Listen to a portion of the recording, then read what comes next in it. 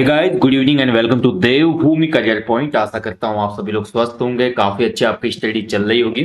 तो देखिए, सामान्य हिंदी रिवीजन महाकुंभ का आज भाग 13 है दोस्तों। इसमें भी आज हम देखेंगे हिंदी के महत्वपूर्ण टॉपिक्स को। आज हम इसमें देखेंगे दोस्तों क्रिया क्या होती है, इसके इतर हम देखेंगे उपसर्ग और प्रत्यय को भी। देखिए, मैं अभी तक आपको रिवीजन क्लासेस में लगभग सभी टॉपिक करा चुका हूँ। संज्ञा, सर्वनाम, वर्णमाला, विशेषण, कारक, लिंग, वचन, काल, वाच्य और इसके अलावा वाक्य भेद और शब्द भेद। इसके बाद देखिए क्रिया का टॉपिक ये है दोस्तों। क्रिया के टॉपिक के साथ आज आपको मिलेगा उपसर्ग प्रत्यय। लगभग हमारा ये हिंदी रिवीजन जो महाकुंभ है वो समाप्ति की तरफ है। बस इसमें एक दो टॉपिक और रह गए, जैसे कि अलंकार और क्रिया विशेषण। ठीक है, तो इनको भी जल्दी ही मैं आपको दे दूंगा। तो आज देखेंगे क्रिया क्या होती है। तो जिन्होंने भी रिवीजन महाकुंभ क्लासेस नहीं देखे तो देख लेना। ऐसे दोस्तों, अगर आपको उत्तराखंड का रिवीजन करना है, क्विक रिवीजन, तो उसके लिए एक और प्लेलिस्ट है हमारी यूट्यूब चैनल पे, जिसका नाम है परीक्षा वाणी महाकुंभ। ठीक है, परीक्षा वाणी महाकुंभ में आपको डिस्क्रिप्टिव चैप्टर दिए गए हैं, जबकि परीक्षा वाणी ज्ञान गंगा एक सीरीज है, हमारी प्लेलिस्ट है, जिसमें आपको एमसीक्यूज दिए गए हैं चैप्टर वाइज। तो दोनों आप देख सकते हैं। तो उत्तराखंड हिंदी आपकी कंप्लीट रिवीजन हो रहा है। उसके अलावा जीएस के लिए जो टेस्ट सीरीज आती है हमारे दोस्तों, उसको आपने फॉलो करना है, जो यूट्यूब पर आते हैं टेस्ट सीरीज। और साथ ही जो हमारे फुल लेंथ प्रैक्टिस सेट चल रहे हैं उनको भी आप फॉलो कीजिए। उसमें मॉक टेस्ट में भी आपको जीएस मिलती है और फुल लेंथ प्रैक्टिस सेट में भी जीएस मिलते हैं। ठीक है, तो अलग से अभी ढूंढ के पढ़ने की कोई आवश्यकता नहीं है, काफी कम समय बचा हुआ है और कम समय में ही स्मार्ट रिवीजन करना ही एग्जाम निकालने की बेस्ट स्ट्रेटेजी होती है। ओके, तो चलिए शुरू करेंगे आज सामान्य हिंदी रिवीजन महाकुंभ में। आज देखेंगे दोस्तों क्रिया को। ठीक है, तो क्रिया क्या होता है। देखिए, क्रिया देखिए सबसे पहले समझिए, हमने संज्ञा पढ़ा, सर्वनाम पढ़ा, विशेषण पढ़ा। ठीक है, इसके अलावा हमने लिंग पढ़ा, वचन, काल, वाच्य, कारक सब पढ़ लिए। लेकिन क्रिया जो होती है दोस्तों वाक्य में, देखिए मैंने वाक्य का आपको सार्थक क्रम बताया था बीच में। तो किसी भी वाक्य का सार्थक क्रम होता है दोस्तों, सबसे पहले वाक्य में आता है कर्ता, कर्ता के बाद आता है कर्म और कर्म के बाद आता है क्रिया। ठीक है, जैसे मैं बोलूं राम खाना खाता है, तो ये देखिए राम जो हो गया कर्ता, खाना जो हो गया कर्म, खाता है क्रिया हो गई। यानी कि क्रिया के बिना वाक्य पूर्ण होना बहुत मुश्किल होता है। सार्थक जो वाक्य होगा क्रिया जरूर होगी उसमें। ठीक है, जैसे मैं बोलूं मोहन अच्छा गाता है, गाता है, खाता है, यानी कि जो भी जिन शब्दों से किसी काम करने की बोध का आशय होता है उसे क्रिया कहा जाता है। यानी कि ऐसा शब्द जिससे पता लगता है कि वाक्य में कुछ कार्य हो रहा है या कार्य होना पाया जा रहा है, तो उसी को क्रिया कहा जाता है। क्रिया का जो मूल रूप होता है दोस्तों वो धातु होता है। कई बार क्वेश्चन बन चुका है, क्रिया का मूल रूप क्या होता है। तो क्रिया का मूल अंश या मूल रूप धातु होता है और धातु के द्वारा ही क्रिया के पदों का निर्माण होता है। ठीक है, अब देखिए धातु के भी प्रकार होते हैं। सबसे पहले होते हैं दोस्तों नाम धातु। तो नाम धातु देखिए संज्ञा, सर्वनाम और विशेषण शब्दों में प्रत्यय लगाकर जो धातु बनती है उसको नाम धातु कहा जाता है, नाम धातु क्रिया कहा जाता है। ठीक है, जैसे कि हाथ, हाथ से हथियाना, फिल्म से फिल्माना, ये संज्ञा का एग्जाम्पल हो गया, यानी कि संज्ञा नाम धातु है। इसके बाद देखिए गर्म से गर्माना, ठंड से ठंडाना, तो ये विशेषण नाम धातु हो गई। आप से अपनाना, तो ये हो गया सर्वनाम नाम धातु। यानी कि नाम धातु जो क्रिया होती है वो संज्ञा, सर्वनाम और विशेषण शब्दों के बाद प्रत्यय लगा के बनाई जाती है। अब प्रत्यय और उपसर्ग क्या होता है इस टॉपिक के लास्ट में देखेंगे तो उससे भी समझ में आएगा। ठीक है, तो संज्ञा, सर्वनाम और विशेषण के शब्दों के अंत में जो प्रत्यय लगते हैं और उससे जो क्रिया बनती है वो नाम धातु कहलाती है। ये आपको याद रखना है। इसके अलावा देखिए मुख्य बिंदु में देखिए दोस्तों अन्य क्रियाएं, जैसे कि सहायक क्रिया भी हमेशा यूज होती है। ठीक है, सहायक क्रिया मैं आपको पहले टॉपिक्स में भी क्लियर करा चुका हूं। जैसे मैं बोलूं कि अयोध्या के राजा राम थे, ठीक है, मैं खाना खा रहा था, ठीक है, मैं वहां जाता हूं, ठीक है, वो सब वहां जाते हैं, ठीक है, राम घर जाता है, तो है, हैं, थे, था, थी, हूं, ये जो भी होते हैं दोस्तों ये हमारी सहायक क्रिया में आते हैं। सहायक क्रिया के बिना भी वाक्य देखिए पूर्ण नहीं होता। कभी कभी देखेंगे आप, अगर मैं बात करूं सामान्य वर्तमान काल के कोई वाक्य हैं, तो सामान्य वर्तमान काल में जो हमारे वाक्य बनते हैं दोस्तों उसमें अगर सहायक क्रिया नहीं तो वाक्य पूर्ण नहीं हो सकता। जैसे कि मैं खाना खा रहा हूं, वह वहां जा रहा है ना, तो पूरा वाक्य करने के लिए सहायक क्रिया जरूरी होती है। तो ये एक तो हो गई हमारी नाम धातु क्रिया, दूसरी हो गई हमारी सहायक क्रिया। इसके अलावा देखिए क्रिया का अन्य भेद होता है दोस्तों पूर्वकालिक क्रिया। अब पूर्वकालिक क्रिया को भी आपने समझना है, कैसे समझेंगे। देखिए पूर्वकालिक क्रिया होती है जब एक क्रिया की समाप्ति पर कर्ता दूसरी क्रिया करना शुरू करता है, यानी कि एक काम खत्म करेगा। क्योंकि क्रिया का मैंने डेफिनेशन ही आपको ये बताया कि क्रिया का मतलब ही है दोस्तों किसी काम का करना या होना पाया जाना। यानी कि इसमें कर्ता आपका एक काम खत्म करके दूसरे काम में संलग्न हो जाएगा, तो वहां पर होगी पूर्वकालिक क्रिया। जैसे कि अमित भोजन करके सो गया, ठीक है, और या बोल सकते कि मैंने मैंने नहाकर खाना खाया। ठीक है, नहाकर फिर खाना खाया, ठीक है। और मोहन दरवाजा बंद करके सो गया, तो मोहन जो है दरवाजा बंद करके सो गया, ठीक है। तो यानी कि देखिए इसमें दो दो क्रियाएं हो रही हैं, एक तो दरवाजा बंद करने की क्रिया, दूसरा सोने की। ऊपर मोहन भोजन करके सो गया, मोहन ने पहले भोजन किया, एक क्रिया कंप्लीट की, फिर उसके बाद सो गया, अभी भी क्रिया में है, ठीक है। तो यानी कि पूर्वकालिक क्रिया का मतलब है जब क्रिया की समाप्ति पर कर्ता दूसरी क्रिया करना शुरू कर देता है, तो वो पूर्वकालिक क्रिया होती है। इसके बाद जो अगली क्रिया दोस्तों, नाम बोधक क्रिया। जो क्रिया संज्ञा व विशेषण के साथ जुड़ने से बनती है वो नाम बोधक क्रिया कहलाती है। ऊपर हम पढ़ चुके हैं, नाम धातु या नाम बोधक जो क्रिया है दोस्तों, संज्ञा सर्वनाम और विशेषण शब्दों से ही बनती है। जैसे कि नाम बोधक में आ जाता है लाठी मारना, ठीक है, लाठी मारना। आप देखिए लाठी मारना, ठीक है, तो मारना क्या हो गया, क्रिया हो गया दोस्तों। लाठी जो हो गई आपके यहाँ पे संज्ञा हो गई। ऐसे देखिए दुखी होना, तो दुख क्या है भैया, विशेषता बता रहे हैं ना, दुखी है या खुश होना, तो ये हो जाएगा आपका नाम बोधक क्रिया। यानी कि संज्ञा और विशेषण के साथ जुड़ने से जो क्रिया बनती है वो नाम बोधक क्रिया कहलाती है। एक क्रिया समाप्त होकर कर्ता जब दूसरी क्रिया करता है या कर लेता है या होना पाया जाता है, वहां पे होती है पूर्वकालिक क्रिया। जिस क्रियापद से पूरे वाक्य पूर्ण होते हैं उसको कहा जाता है सहायक क्रिया। और ऊपर मैं बता चुका नाम धातु। नाम धातु दोस्तों जो होते हैं वो संज्ञा सर्वनाम और विशेषण के अंत में प्रत्यय लग के जो रूप बनाते हैं वो नाम धातु कहलाता है, ठीक है। अब देखिए धातु की बात करते हैं तो देखिए जो हमने क्रिया पढ़ा, क्रिया का मूल रूप ही दोस्तों धातु होती है, ठीक है। जैसे चल, चल जो होती है ये धातु है, ठीक है, चल और धन इसमें ना लगेगा तो ये चलना हो जाएगा। तो चल जो हो गया मूल धातु हो गई, तो चलना, ठीक है। तो ऐसे हम बनाते हैं, ऐसे खेल धन ना, खेलना, तो ये मूल धातु। तो धातु के भी दो भेद होते हैं दोस्तों। देखिए अलग अलग बुक्स में आपको अलग अलग टाइप्स यहाँ पे देखने को मिल सकते हैं, लेकिन ज्यादा आपने ध्यान नहीं देना है, ठीक है। आपको सिंपली याद रखना है कि धातु के जो दो भेद हैं वो है मूल धातु और यौगिक धातु। हालांकि इसके भी आपको बहुत से भेद दिखेंगे, जैसे कि आप नीचे देख रहे हैं। तो इन धातु के भेदों के भी दोस्तों, जैसे कि मूल धातु और यौगिक धातु, इनकी भी अलग अलग भेद है। जैसे कि मूल धातु की मैं बात करूँ तो इसमें सामान्य धातु, अनुकरणात्मक धातु आ जाती है। और यौगिक धातु की मैं बात करूँ तो इसमें नाम धातु और यौगिक क्रिया आ जाती है। तो अगर हम वैसे देखें तो 5 टाइप्स हमको देखने को मिलेंगे, लेकिन मूलतः देखिए दो ही भेद होते हैं धातु के, मूल धातु और यौगिक धातु, ठीक है।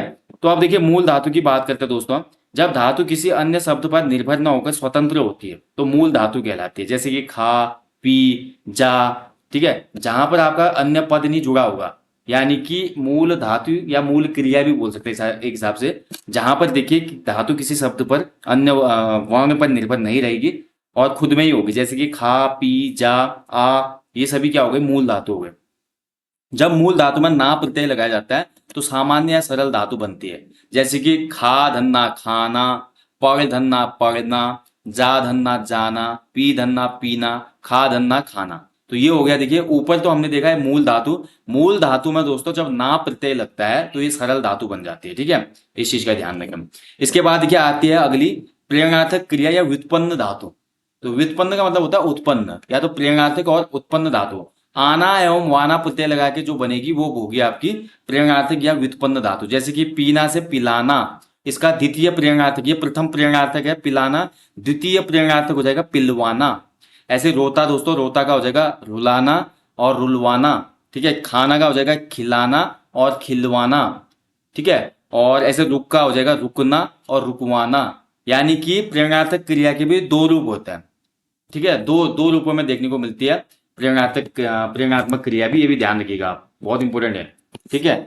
तो चलिए ये हो गया यहाँ पे प्रेरणार्थक क्रिया। इसके बाद देखिए यौगिक क्रिया धातु होती है। तो यौगिक क्रिया धातु दोस्तों दो या दो से अधिक धातुओं से मिलकर जो बनेगी वो कहलाएगी यौगिक। नाम से पता चला यौगिक क्रिया है, तो दो या दो से अधिक धातुओं से जो मिलकर बनेगी वो कहलाएगी यौगिक क्रिया धातु। जैसे कि उठना बैठना, चलना फिरना। अब इसमें देखिए दो से अधिक धातुएं है ना, उठ और बैठ, उसमें ना जुड़ा है, सरल धातु बनी है। तो उठना बैठना, चलना फिरना, ठीक है, खाना पीना, तो ये सभी क्या है, यौगिक क्रिया धातु के एग्जाम्पल है। इसके बाद देखिए अनुकरणात्मक धातु। देखिए ध्वनियों के अनुकरण से जो धातु बनते हैं वो अनुकरणात्मक धातु कहलाते हैं।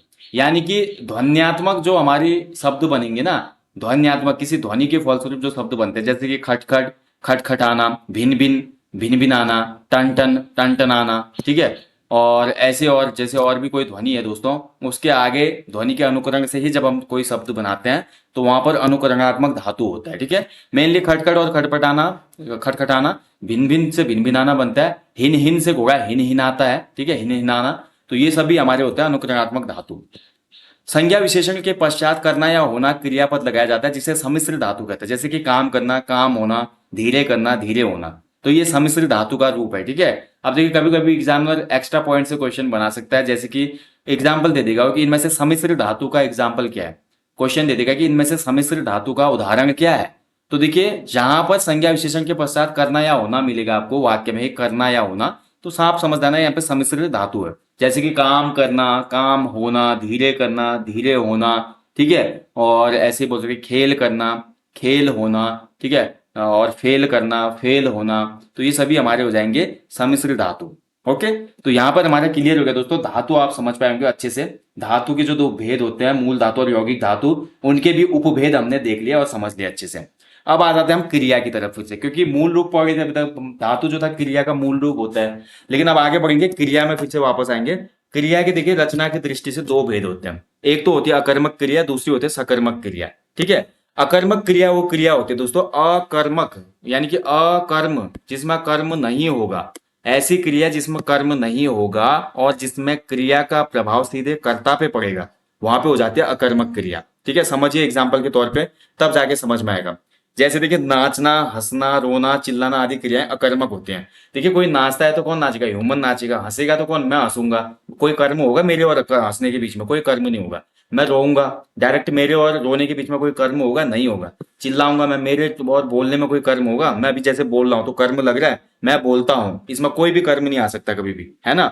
तो नाचना, हंसना, रोना, चिल्लाना आदि क्रियाएं जो होती हैं ये अकर्मक क्रियाएं होती हैं। सिंपली समझिए दोस्तों, इसमें क्या होता है आपका कि कर्ता नहीं होता है, ठीक है। माफ कीजिएगा, कर्म नहीं होता है और क्रिया का इम्पैक्ट जो है सीधे कर्ता पे पड़ता है, तो ये कहलाता है आपका अकर्मक क्रिया, ठीक है। वेरी इंपॉर्टेंट है। जैसे एग्जांपल से समझिए, राम सोता है। अब देखिए सो रहा कौन है, राम, ठीक है। राम सोता है, तो सोने की क्रिया सीधे किस पे फलित हो रही है, राम पे। मोहन नाचता है, तो नाचने की क्रिया किस पे हो रही है, मोहन पे। मोहन क्या है, कर्ता, राम क्या है, कर्ता। मोहन हंसता है, तो हंसने की क्रिया किस पे इम्पैक्ट कर रही है, मोहन पे। श्याम रोता है, तो रोने की क्रिया किस पे इम्पैक्ट कर रही है, श्याम पे। तो यानी कि जहां पर क्रिया का इम्पैक्ट सीधे और सीधे कर्ता से पड़ेगा और जिन वाक्यों में कर्म नहीं होगा वो कहलाएगी अकर्मक क्रिया। और जस्ट इसका अपोजिट होगा दोस्तों सकर्मक क्रिया, ठीक है। सकर्मक क्रिया में दोस्तों जब क्रिया का जो फल होगा, यानी कि क्रिया का इम्पैक्ट कर्म पर पड़ेगा, तो उसे सकर्मक क्रिया कहेंगे। जैसे हमने यहाँ पर बोला दोस्तों कि राम सोता है, ठीक है। राम सोता है को अगर मैं ऐसे लिख दूं, देखिए राम सोता है को अगर मैं ऐसे लिख दूं, देखिए ध्यान से समझिए, ठीक है। तो राम चारपाई पर सोता है, ठीक है। राम चारपाई पर सोता है। अब देखिए यहाँ पे कौन सी क्रिया हो जाएगी, यहाँ पे आपकी सकर्मक क्रिया हो जाएगी, क्योंकि राम जो है करता है, सोना जो है क्रिया है, और क्रिया का जो इम्पैक्ट पड़ रहा है किस पे, चारपाई पे पड़ रहा है, ठीक है, यानी कि कर्म पे पड़ रहा है। तो जहां पर कर्म पे इम्पैक्ट पड़ेगा वहां पे क्या हो जाएगा, सकर्मक क्रिया। अब जैसे अगला एग्जाम्पल यहाँ पे एग्जाम्पल के तौर पे दिया हुआ है, आप इनको भी देखिए। मोहन गीत गाता है, देखिए मोहन जो है ऊपर गाता है लिखा मैंने, ठीक है। मोहन गाता है अगर मैं बोलूं तो मोहन गाता है, मोहन गाता है, ठीक है। कौन गाता है, मोहन। तो देखिए यहाँ पे क्या हो रहा है, गाने की क्रिया जो है मोहन पे फलित हो रही है, तो इसमें अकर्मक क्रिया हो जाएगी। लेकिन यहीं पे बोलो कि मोहन गीत गाता है, ठीक है। आप देखिए यहाँ पे गीत ऐड कर दिया, तो ये सकर्मक क्रिया हो जाएगी, क्योंकि इसमें गा रहा क्या है, वो गीत, इम्पैक्ट किस पे पड़ेगा, गीत पे, ठीक है। तो यहाँ पर देखिए जहां पर जिन वाक्यों में या जिस क्रिया का फल कर्म पर पड़ता है तो उसे सकर्मक क्रिया कहते हैं। और जिन जहां पे हमको दिखने को मिलता है कि क्रिया का इम्पैक्ट सीधे कर्ता पे पड़ता है, तो वहां पे अकर्मक क्रिया होगी। अब मैं वहीं पे बोलूं, देखिए श्याम जो रोता है मैं बोलूं, ठीक है। तो श्याम रोता है दोस्तों, इसमें हो जाएगा आपका अकर्मक क्रिया, ठीक है। और वहीं मैं बोलूं दोस्तों, श्याम स्कूल में या घर में रोता है, ठीक है। तो घर में रोता है, तो कहाँ पे रो रहा है वो, घर में, ठीक है। तो घर क्या हो जाएगा, इसमें कर्म हो जाएगा, इम्पैक्ट घर पे भी पड़ रहा है ना, तो यहाँ पर कर्ता पे डायरेक्ट इम्पैक्ट नहीं पड़ रहा है। वहीं मैं बोलूँ, देखिए जैसे कि राम खाता है, ठीक है। राम खाता है, राम खाता है, ठीक है। राम खाता है, इसमें देखिए खाने की क्रिया राम पे फलित हो रही है, यानी कि क्या हो जाएगा, ये अकर्मक क्रिया हो जाएगी। और वहीं पे मैं बोलूँ, देखिए राम आम खाता है, आजकल आम का सीजन है तो आम ही खा रहा होगा राम, तो राम आम खाता है। तो देखिए अब क्या है, खाने की क्रिया किस पे इम्पैक्ट करिए, आम पे। तो यहाँ पे आम क्या हो जाएगा, कर्म। तो कर्म जहाँ पे होगा सकर्मक, जहाँ कर्म नहीं है अकर्मक। बहुत सिंपल है, बहुत आसानी से इसको समझ सकते हैं। लेकिन इसका फायदा तब आपको मिलेगा दोस्तों जब आप द्विकर्मक क्रिया भी देखेंगे और एक कर्मक क्रिया भी देखेंगे, ठीक है। तो वहां पे आपको अगर ये चीजें क्लियर नहीं होंगी तो वो क्वेश्चन आपके वैसे ही गलत हो जाएंगे। तो सकर्मक अकर्मक का भेद बहुत अच्छे से पता होना चाहिए। एग्जामिनर जैसे एग्जाम में पूछता है, देखिए जैसे मैं बोलूँ नाचना, हंसना, रोना, चिल्लाना। अब बहुत से लोग सोचेंगे कि ये अकर्मक क्रिया क्यों है, नाचना अकर्मक क्रिया क्यों है, बताइए। अगर मैं बोलूँ नाचना और वहीं मैं बोलूँ दोस्तों लिखना, देखिए लिखना जो है सकर्मक क्रिया हो जाएगी, जबकि नाचना अकर्मक क्रिया है। अब इसको कैसे डिफाइन करें? और ऐसे में बोलो हंसना जो है दोस्तों वो अकर्मक क्रिया है, जबकि दोस्तों पढ़ना जो है वो आपकी सकर्मक क्रिया है। अब कैसे?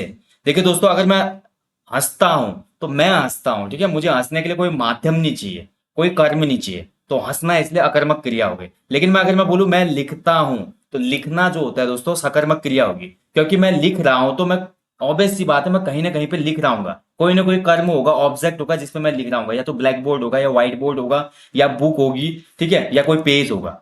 तो कहीं ना कहीं लिखने में कर्म इंक्लूडेड होगा, इसलिए लिखना जो है सकर्मक क्रिया है। ऐसे पढ़ना, अगर मैं बोलूं मैं पढ़ना, मैं पढ़ रहा हूं या मैं पढ़ता हूं, तो पढ़ना कैसी क्रिया है? तो पढ़ना सकर्मक होगा, क्योंकि पढ़ने के लिए भी दोस्तों कर्ता और क्रिया के बीच में, पढ़ने के लिए दोस्तों कोई ना कोई कर्म होगा, कोई ना कोई बुक पढ़ रहा हूँ मैं, कोई पेज पढ़ रहा हूँ, कोई मैसेज पढ़ रहा हूँ, कुछ ना कुछ पढ़ रहा हूँ। तो पढ़ना लिखना जो होती है दोस्तों, इसमें कर्म पक्का होगा, इसीलिए सकर्मक क्रिया में रखे जाते हैं। हंसना, रोना, चिल्लाना, नाचना, गाना आदि क्या होता है, ये अपने आप ही की जाने वाली क्रिया है, इसमें कर्म की आवश्यकता नहीं पड़ती, इसलिए ये अकर्मक क्रियाओं में रखे जाते हैं। ठीक है, सिंपली समझ में आपको आ गया होगा, बहुत आसान है, ज्यादा इसको कॉम्प्लिकेटेड नहीं बनाते हैं। चलिए अगला एक पॉइंट दिया है, देखिए इसमें सकर्मक और अकर्मक क्रिया की पहचान हेतु क्या और किसको प्रश्न करने से होती है? उत्तर मिले तो सकर्मक क्रिया और न मिलने पर अकर्मक क्रिया। देखिए बस देखिए, बहुत सिंपल सा यहाँ पे आपको एक पॉइंट मिल गया। सकर्मक और अकर्मक क्रिया की पहचान करनी तो क्या और किसको प्रश्न करो, पता चल जाएगा। ठीक है, जैसे कि देखिए कौन सोता है, राम सोता है, ठीक है। अगर देखिए उत्तर मिले तो सकर्मक क्रिया और न मिलने पर अकर्मक क्रिया होती है, ठीक है। कौन सोता है? राम सोता है, ठीक है, तो राम सोता है, ठीक है। और यहीं पे बोले हम दोस्तों कि कौन गीत गाता है, ठीक है, तो मोहन गीत गाता है, तो मोहन गीत गाता है, ठीक है। और तो यहाँ पे हमारे क्या हो जाएगी कि सकर्मक अकर्मक क्रिया अच्छे से हम पहचान पाएंगे। क्या, क्या से सॉरी क्या लगाना है हमने, कौन नहीं क्या, ठीक है। ठीक है, क्या राम सोता है? क्या राम सोता है? पता नहीं चल रहा है सोता है नहीं सोता है। क्या मोहन गीत गाता है? हाँ गाता है, ठीक है। और नहीं गाता है, पता चल रहा है ना। तो गीत में कर्म जो हमारा पता चल रहा है, जहां पे उत्तर मिल रहा है सकर्मक क्रिया, नहीं मिल रहा है तो अकर्मक क्रिया। बहुत सिंपल है ये, ठीक है, समझना है इसको। ठीक है, और दूसरा देखिए, इसको इस ट्रिक को लगाने की ज्यादा आवश्यकता भी नहीं है दोस्तों, ठीक है। इसमें सिंपली आप एक चीज का ध्यान रखें, कर्म को पहचान लेना, जहां पे कर्म होगा वो सकर्मक है, जहां नहीं होगा अकर्मक होगा। ज्यादा इसको दिमाग में रखेंगे तो इससे भी कंफ्यूजन क्रिएट होगा। चलिए, आप कभी क्वेश्चन बन जाता है कि अकर्मक क्रिया को सकर्मक में बदलिए, तो अकर्मक क्रिया दी होगी आपको, उसको आपने सकर्मक बनाना है। जैसे कि देखिए अकर्मक कटना, कटना जो है अकर्मक क्रिया है, ठीक है। और काटना जो है सकर्मक, क्योंकि किसी न किसी चीज को हम काट रहे होंगे, उसमें ऑब्जेक्ट होगा। लूटना जो है भैया आपका अकर्मक क्रिया है, लूटना जो है सकर्मक है, क्योंकि मैं किसी न किसी को लूट रहा हूँ, डाकू किसी न किसी व्यक्ति को लूट रहा होगा, तो उसमें कर्म होगा। ऐसे देखिए अकर्मक निकलना, तो निकालना सकर्मक हो जाएगा। उखड़ना अकर्मक है, तो उखाड़ना सकर्मक हो जाएगा। ठीक है, एक आ की मात्रा का अंतर है दोनों शब्दों में, और यहीं पे सकर्मक अकर्मक से सकर्मक बन जा रहे हैं शब्द, ठीक है। तो ये बहुत इंपॉर्टेंट चीज है, अच्छे से आपको याद रखना है, ठीक है, समझ पाए होंगे। ठीक है, चलिए अगला है, देखिए यदि अकर्मक धातु का प्रथम अक्षर ई या ऊ हो, तो देखिए उसको भी हम बदल सकते हैं। जैसे कि घिरना जो है, घिरना हो जाएगी अकर्मक, और घेरना जो हो जाएगी सकर्मक। फिरना जो हो जाएगी दोस्तों अकर्मक, फेरना जो हो जाएगी आपकी सकर्मक। खुलना जो है आपकी अकर्मक, और खोलना जो है सकर्मक, क्योंकि कुछ ना कुछ खोलेंगे ना हम। और यदि ट अंत वाली धातु हो तो उसको बदलकर ड़ कर देना चाहिए। जैसे कि फटना का फोड़ना, छूटना का छोड़ना।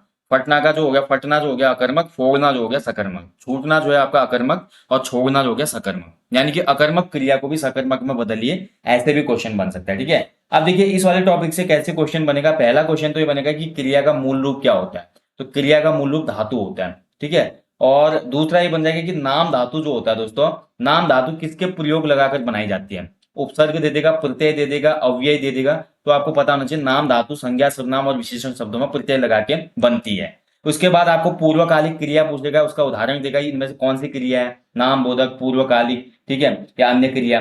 तो आपको पूर्वकालिक मैंने बता दी, जब एक क्रिया की समाप्ति पर करता दूसरी क्रिया करता है, तब पूर्वकालिक होती है। नाम बोधक मैंने आपको बता दी, जो क्रिया संज्ञा या विशेषण के साथ जुड़ने से मिलती है, बनती है, वो हमारी नाम बोधक कहलाती है। फिर आ जाएंगे धातु में, धातु के भेद पूछ सकते हैं, तो धातु के मूलतः दो भेद होते हैं, मूल धातु और यौगिक धातु। फिर इनके भी अलग अलग भेद होते हैं दोस्तों, ठीक है, जैसे कि सामान्य धातु, अनुकरणात्मक धातु, प्रेरणार्थक धातु, नाम धातु और यौगिक क्रिया। तो इतने तो नहीं पूछेगा, वो मूलतः पूछता है, ठीक है। इसमें हमने देख लिया कि प्रेरणार्थक जो क्रिया होती है वो क्या होती है, यौगिक क्रिया धातु क्या होती है, अनुकरणात्मक जो कि ध्वनियों के अनुकरण से बनती है वो देख लिया हमने, ठीक है। और फाइनली हमने सकर्मक और अकर्मक क्रिया को भी समझ लिया, और अकर्मक से सकर्मक कैसे बनाया जाता है शब्द को वो भी देख लिया, ठीक है। अब इसके बाद देखिए क्रिया में दोस्तों कुछ अन्य क्रियाएं भी होती है, जैसे कि द्विकर्मक क्रिया। अभी तो हमने सकर्मक पढ़ा, यानी कि किसी सेंटेंस में अगर एक ही कर्म है, ठीक है, जहां पर क्रिया एक ही कर्म हो रहा है जिस वाक्य में, तो वो सकर्मक क्रिया कहलाएगी। लेकिन द्विकर्मक क्रिया जो होती है दोस्तों, इस क्रिया में दो कर्म होते हैं, यानी कि कर्म तो होगा ही वाक्य में, साथ ही दोस्तों दो कर्म होंगे। ऐसे प्रकार की क्रिया को द्विकर्मक कहा जाता है। जैसे कि राम ने मोहन को चांटा मारा, ठीक है, राम ने मोहन को चांटा मारा, या मैं बोलूं राम ने मोहन को खाना दिया।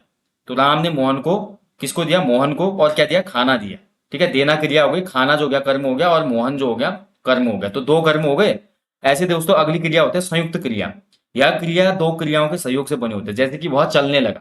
संयुक्त क्रिया में आपके वाक्य में दो क्रियाएं देखने को मिलेंगी। जैसे मैं बोलूं वह चलने लगा, वह पढ़ने लगा, ठीक है, और मैं बोलूं कि वह खाने गया, ठीक है, वह खाने गया या वह खाने लगा। तो यहां पर देखिए खाना भी क्रिया है और लगा भी जो क्रिया है। चलने लगा में देखिए देखिए दोस्तों, चलना भी क्रिया है और लगा भी क्रिया है। और पुस्तक पढ़ ली, उसने पुस्तक पढ़ ली, ठीक है, तो पढ़ भी क्रिया है और ली भी क्रिया है। तो ऐसी क्रिया जहां पर दो क्रियाओं के सहयोग से, जहां पर हमको वाक्य दिखेगा जहां पर दो क्रियाओं के सहयोग से बना हुआ वाक्य, वहां पे हो जाएगा आपका संयुक्त क्रिया। लेकिन आपको ध्यान रखना है जहां पर आपके वाक्य में दो कर्म होंगे वहां पे होगा द्विकर्मक क्रिया, ठीक है। संयुक्त क्रिया और द्विकर्मक क्रिया में यही डिफरेंस है दोस्तों। द्विकर्मक क्रिया में दो कर्म होंगे, संयुक्त क्रिया में दो क्रियाएं होंगी वाक्य में, ठीक है।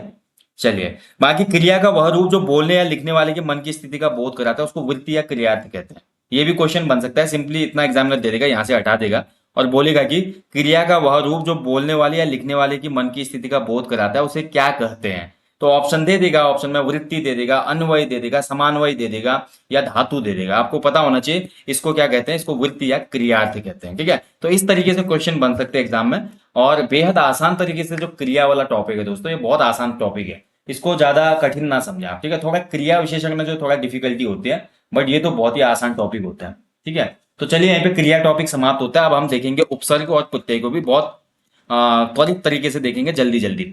तो उपसर्ग क्या होता है दोस्तों, ऐसे शब्दांश जो शब्दों के आरंभ में जुड़ते हैं और उनके अर्थ में विशेषता लाते हैं, ये कहलाते हैं उपसर्ग। यानी कि किसी भी शब्द के प्रारंभ में जुड़ने वाले जो शब्दांश होते हैं उन्हीं को उपसर्ग कहा जाता है। उपसर्ग दो शब्दों से मिलकर बना होता है। उप का मतलब होता है समीप, और सर्ग का मतलब होता है सृष्टि करना, यानी कि किसी शब्द के समीप आकर एक नया शब्द बनाना ही कहलाता है उपसर्ग। जैसे कि अति धन अधिक, ठीक है, अति धन अधिक। अगर मैं अधिक शब्द में देखिए अति जोड़ रहा हूं तो ये क्या बन जाता है, अत्यधिक। तो अत्यधिक शब्द में कौन सा उपसर्ग हो जाएगा, अति।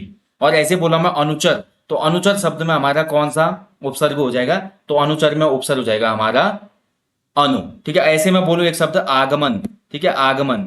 तो आगमन में दोस्तों आ धन गमन, आ जो हो जाएगा इसमें उपसर्ग हो जाएगा, और गमन पहले से था हमारे पास मूल शब्द, तो ये हो जाएगा भैया उपसर्ग। यानी कि जो शब्दांश शब्द के प्रारंभ में जुड़ते हैं और इनका अर्थ बदलते हैं या विशेषता लाते हैं अर्थ में, वो कहलाते हैं उपसर्ग, ठीक है। तो उपसर्ग आपके समझ में आ गया होगा। तो उपसर्ग के देखिए कुछ महत्वपूर्ण भेद है, जैसे कि अति उपसर्ग होता है संस्कृत के कुछ उपसर्ग जो हम हिंदी में यूज करते हैं। अति हो गया, आ हो गया, उत हो गया, दूर हो गया, ठीक है, नीर हो गया, निस हो गया, प्र हो गया, प्रति हो गया, सम हो गया। जैसे अति से हमारा अति धन अंत, अत्यंत, ठीक है, आ धन क्रमण, आक्रमण, उत धन कर्ष, उत्कर्ष, दुर्धन आत्मा, दुरात्मा, दुर्धन दशा, दुर्दशा, निर्धन जन, निर्जन, ठीक है, और निर्धन मम, निर्मम, निषधन सार, निस्सार, निषधन चित, निश्चित, ठीक है, प्रधन कृति, प्रकृति, और ऐसे और भी बनते हैं, अभी मैं रिकॉल नहीं कर पा रहा। प्रतिधन, प्रतिधन, प्रतिधन अक्ष, प्रत्यक्ष, प्रतिधन छ होगा, प्रत्यक्ष, ठीक है। समधन कार, संस्कार, समधन कार, संस्कार, समधन गम, ठीक है, संगम। तो ये होते हैं भाई संस्कृत के कुछ उपसर्ग जो हम हिंदी में प्रयोग करते हैं, ठीक है। तो इनको आपने थोड़ा याद रखना है। और ऐसे देखिए दोस्तों, जो होता है कि कुछ महत्वपूर्ण उपसर्ग होते हैं जो बार बार क्वेश्चन में पूछे जाते हैं। जैसे मैंने अभी आपको आगमन बताया, अत्यधिक बार बार पूछा जाता है, ठीक है, दुराचार पूछा जाता है, पराजय पूछा जाता है, प्रत्युपकार पूछा जाता है, और ऐसे ही अध्यक्ष पूछा जाता है, ठीक है। कुछ कुछ ऐसे होते हैं जो हमारे हर एग्जाम में पूछे जाते हैं उपसर्ग वाले शब्द। बाकी हिंदी के कुछ उपसर्ग बोलो तो हिंदी के उपसर्ग होते हैं जैसे पर उपसर्ग, सु उपसर्ग, उन उपसर्ग और भर उपसर्ग। जैसे पर से हो गया पर धन उपकार, परोपकार, सु धन आगत, स्वागत, उन धन नीस, उन्नीस, ठीक है, भर धन पेट, भरपेट। तो ये हिंदी के उपसर्ग हो गए। ऐसे और भी उपसर्ग है, बहुत से एग्जाम्पल है दोस्तों। जैसे मैंने अभी बात किया आपको कि प्रत्युपकार शब्द बोला तो प्रतिधन उपकार प्रत्युपकार हो जाता है, ठीक है। दुर्धन आचार दुराचार हो जाता है। समधन आदर समादर हो जाता है, ठीक है। सतधन आचार सताचार, ठीक है। मतलब जो व्यंजन संधि का एक रोल है ना, वो हमारा यहाँ पे उपसर्ग में हमको देखने को मिलता है। तो इस चीज का ध्यान रखना है दोस्तों। और उपसर्ग से एक क्वेश्चन बनता है दोस्तों हमेशा की विलोम शब्द में भी उपसर्गों का प्रयोग होता है। विलोम शब्द बनाने के लिए ना आपने देखा होगा उपसर्ग का काफी प्रयोग होता है, ठीक है। आगे से हम उपसर्ग जोड़ देते हैं ना शब्द के, जैसे आधीन का पराधीन होता है ना। तो ऐसे हमारे कुछ ऐसे शब्द होते हैं जिनमें हम क्या करते हैं, उपसर्गों को जोड़ते हैं, ठीक है। और उससे क्या हो जाता है दोस्तों, आपका विलोम शब्द बनाने में सहायक होते हैं। यानी कि कभी क्वेश्चन आएगा कि विलोम शब्द बनाने में सहायक है, ऑप्शन दे देगा वो आपको उपसर्ग प्रत्यय अव्यय समावय जो भी देगा, तो आपको याद रखना उपसर्ग विलोम शब्द बनाने में सहायक होते हैं, ठीक है। तो हिंदी में जो उपसर्ग है आप समझ पाएंगे उपसर्ग क्या होते हैं, ऐसे शब्दांश जो शब्दों के आरंभ में जुड़ते हैं और एक विशेष परिवर्तन करते हैं। अगला जो टाइप है दोस्तों वो होता है प्रत्यय, ठीक है। तो प्रत्यय जस्ट उपसर्ग का अपोजिट है।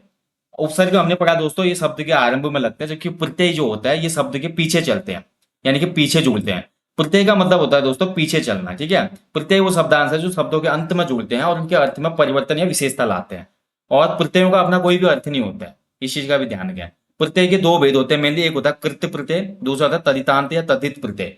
कृत्य प्रत्यय वो प्रत्यय होता है दोस्तों जो मूल रूप से धातु में जोड़े जाते हैं या क्रिया के साथ जोड़े जाते हैं। कभी क्वेश्चन बनेगा एग्जाम में, पिछले कुछ एग्जाम में क्वेश्चन बना है कि कृदंत या कृत्य, इसी कृत्य प्रत्यय को कृदंत भी कहा जाता है, ठीक है। कृदंत कंफ्यूज मत होना आप, कृत्य प्रत्यय को ही कृदंत प्रत्यय भी कहा जाता है और तद्धित प्रत्यय को तद्धितांत प्रत्यय भी कहा जाता है, तद्धितांत, ठीक है। तो ये दो प्रत्यय के प्रकार हैं। तो कृत्य प्रत्यय क्या होते हैं, वे प्रत्यय जो क्रिया के मूल रूप धातु में जोड़े जाते हैं कृत्य प्रत्यय कहलाता है। जैसे कि लिख, लिख में अगर मैं आवट प्रत्यय जोड़ू तो ये हो जाएगा लिखावट। उजाड़ में मैं अगर ऊ जोड़ू प्रत्यय तो ये हो जाएगा उजाड़ू। भूल में मैं अक्कड़ जोड़ूंगा तो ये हो जाएगा भुलक्कड़। झूल में मैं अगर आ प्रत्यय जोड़ूंगा तो ये हो जाएगा झूला। मना में अगर अव्वल जोड़ूंगा तो मनोबल, ठीक है। और खिल में अगर औना जोड़ूंगा तो खिलौना। तर में उआ जोड़ूंगा तो तरुआ। गा में वैया जोड़ूंगा तो गवैया। यानी कि ये सभी लिख उजाड़ भूल झूल मना, ठीक है। इसी के अलावा मैं पढ़े बोलूं, ठीक है। और भी जो शब्द है हम इसको जोड़ के बना सकते हैं, कृतय प्रत्यय या कृदंत प्रत्यय में आते हैं। तो कृदंत प्रत्यय मूल रूप से देखा जाए तो कृदंत प्रत्यय क्रिया के मूल रूप में ही जुड़ते हैं या क्रिया पदों के साथ जुड़ते हैं, ठीक है। संज्ञा सर्वनाम विशेषण के साथ नहीं जुड़ेंगे। बाकी जो दूसरे प्रकार का प्रत्यय है दोस्तों तद्धित प्रत्यय या तद्धितांत प्रत्यय दोस्तों, जब ये शब्दों के साथ जुड़ जाते हैं तो फिर तदितांत बन जाते हैं, वैसे तद्धित प्रत्यय होता है, ठीक है। ऐसे कृदंत प्रत्यय दोस्तों कृत प्रत्यय होते हैं और जैसे क्रिया शब्दों के साथ या धातु के साथ जुड़ते हैं तो फिर कृदंत बन जाते हैं। तद्धित प्रत्यय दोस्तों जो क्रिया धातु को छोड़कर, ध्यान रखेंगे तद्धित प्रत्यय जो होता है ये क्रिया और धातु में नहीं लगेंगे। क्रिया धातु को छोड़कर अन्य पद जैसे कि संज्ञा सर्वनाम विशेषण या अव्यय में जुड़कर बने होते हैं, ठीक है। यानी कि हमने क्या देखा, ऊपर ऊपर देखा हमने कृत्य प्रत्यय केवल धातु और क्रिया में लगते हैं, जबकि तद्धितांत या तद्धित प्रत्यय दोस्तों संज्ञा सर्वनाम विशेषण या अव्यय शब्दों के साथ जुड़ते हैं। और इन्हीं प्रत्ययों के योग से जो शब्द बनता है दोस्तों तद्धित प्रत्यय के योग से, उन्हीं को तद्धितांत शब्द कहा जाता है। जैसे कि अच्छा धनाई अच्छाई, ठीक है। एकता एक धनता एकता, तो अच्छा क्या है विशेषण है ना, विशेषण में अगर आई हमने जोड़ा तो अच्छाई, ठीक है। एक एक जो हमारा देखिए नंबर हो गया और धनता, ठीक है, तो क्या हो जाएगा एकता। तो ये हमारा क्या हो गया दोस्तों आपका तद्धितांत प्रत्यय, ठीक है। ऐसे दोस्तों देखिए हिंदी में फिर क्या होता है कि हिंदी में स्रोत के आधार पर चार भागों में प्रत्ययों को बांटा जाता है। हिंदी में अगर क्वेश्चन बनेगा कि स्रोत के आधार पर हिंदी प्रत्यय कितने भागों में है, तो स्रोत के आधार पर हिंदी प्रत्यय चार भागों में बांटे गए, जैसे कि तत्सम प्रत्यय, तद्भव प्रत्यय, देशज प्रत्यय और विदेशज प्रत्यय, जो कि शब्द भेद है हमारे दोस्तों। शब्द भेद के आधार पर ही चार प्रकार से हिंदी प्रत्ययों को बांटा गया है, ठीक है।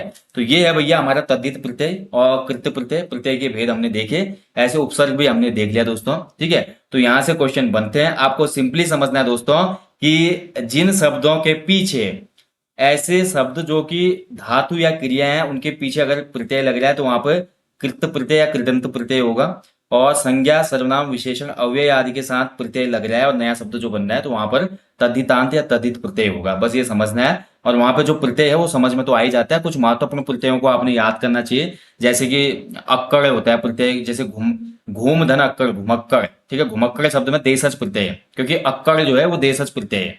ऐसे क्वेश्चन भी ये बन सकता है कि आपका जैसे मैं बोलूं रिश्वतखोर, रिश्वतखोर में रिश्वत धन खोर, रिश्वतखोर, ये आपका अरबी फारसी का एक प्रत्यय है, ठीक है।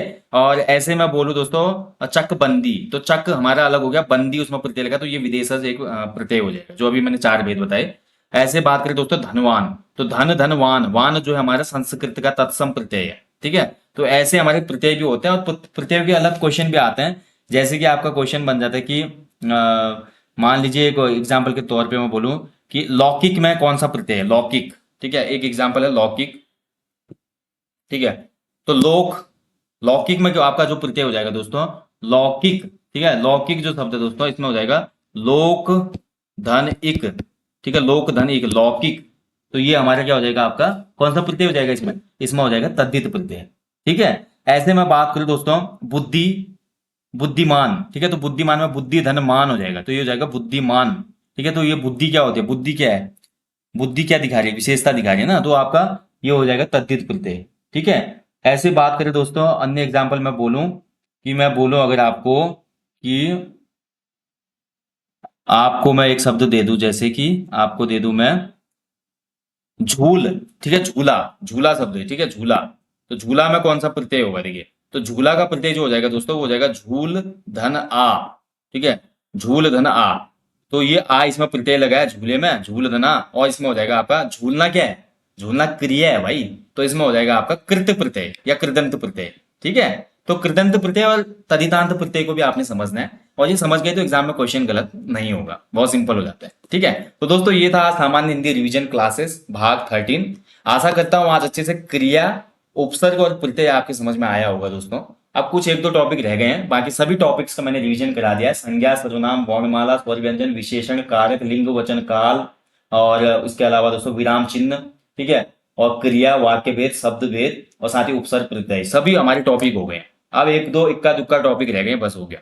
तो इतने टॉपिक्स का आपको मैंने दे दिया दोस्तों रिवीजन, अच्छे से इनका लाभ उठाओ। जिन्होंने नहीं देखा तो देख लो, हिंदी की जो प्लेलिस्ट है उसमें हमने दिया हुआ है ये। साथ ही दोस्तों उत्तराखंड जीके के लिए अगर रिवीजन करना चाहते हैं तो एक प्लेलिस्ट है पहले से यूट्यूब चैनल पे हमारी, जिसका नाम है परीक्षा वाली महाकुंभ और परीक्षा वाली ज्ञान गंगा, उसको देखो। साथ ही दोस्तों जो हमारी रात में टेस्ट सीरीज आते हैं फुल लेंथ या मॉक टेस्ट आते हैं उनको देखो आप यूट्यूब पर लाइव सेशन में जो आते हैं, बहुत इंपॉर्टेंट है वो टेस्ट सीरीज, उत्तराखंड जी के सामान्य हिंदी एंड सामान्य दिन की। बाकी यार ज्यादा चीजों के लिए फुल लेंथ प्रैक्टिस सेट आप लगा सकते हो। हिंदी के मॉक टेस्ट इसमें इंक्लूडेड है, सामान्य दिन के मॉक टेस्ट भी हैं, उत्तराखंड जीके के भी मॉक टेस्ट हैं। इसके अलावा दोस्तों इस कोर्स के अलावा भी हमारे एप्लीकेशन स्टोर पे बहुत से टेस्ट हैं, जैसे सेपरेट उत्तराखंड के टेस्ट, चैप्टर वाइज उत्तराखंड के टेस्ट, हिंदी के separate test, mix test, chapter wise test, GS के भी आपको मिक्स टेस्ट मिल जाएंगे। तो सभी चीजें आपके लिए अवेलेबल है एप्लीकेशन स्टोर पे, तो वहां से आप अपना रिवीजन कर सकते हैं। So guys thank you for watching, मैं आपको जल्दी मिलूंगा नेक्स्ट सेशन में, तब तक अपना ध्यान रखें, अच्छे से अपनी स्टडी करें दोस्तों। जय हिंद, वंदे मातरम।